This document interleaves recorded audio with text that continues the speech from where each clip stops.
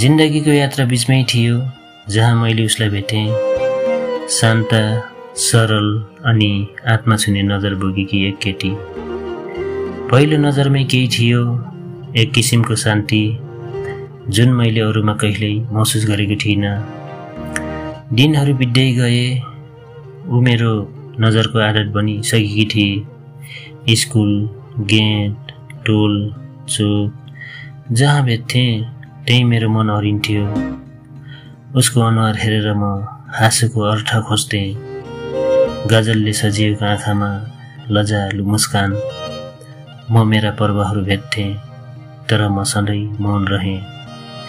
आफ्ना भावना मनमै ठुने मन भनै भन्थेँ, सायद म उसलाई योग्य थिइनँ। कहिलेकाहीँ यस्तो लाग्थ्यो मैले उसलाई धेरै माया गर्छु भन्ने कुरा उसले थाहा पाएकी होली। खै किन केही भन्दिनँ वा उसले मलाई वास्ता गरिन। सायद उसले मेरो माया कहिल्यै महसुस गरिन। म उसलाई एकहोरो माया गरिरहेँ, एक्लै सम्झिरहेँ, एक्लै हाँसिरहेँ, अन्त्यमा एक्लै रोएँ। ऊ अघि बढेर गई कसैको हात समाउँदै, तर म अझै अड्किएको छु त्यो क्षणमा जहाँ उसले एकचोटि मुस्कुराएकी थिए।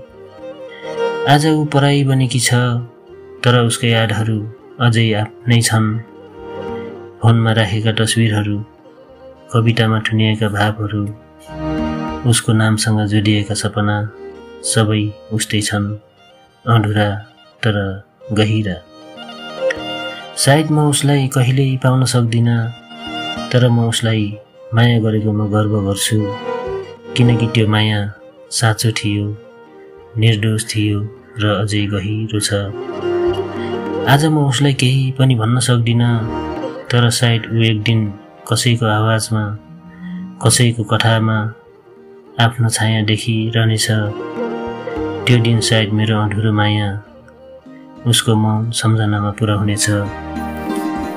मैले सपना बुन्दै बनाएको त्यो घर, जहाँ हाँसो र मायाले भरिएको संसार देखेको थिएँ, तर समयले यस्तो मोड लियो जहाँ म एक्लो भएँ। रित्तो घर, रित्तो मन, खै मेरो माया समयसँगै फिक्का बन्दै गयो। सपना त मैले उसको आँखामा देखेको थिएँ, तर त्यो सपना सायद अभिनय मात्रै रहेछ। उसको माया पाउन भाग्यमा थिएन, त्यसैले म एकहोरो प्रेमको इट्टामा आफूलाई डरिलो चेन बनाएँ। माया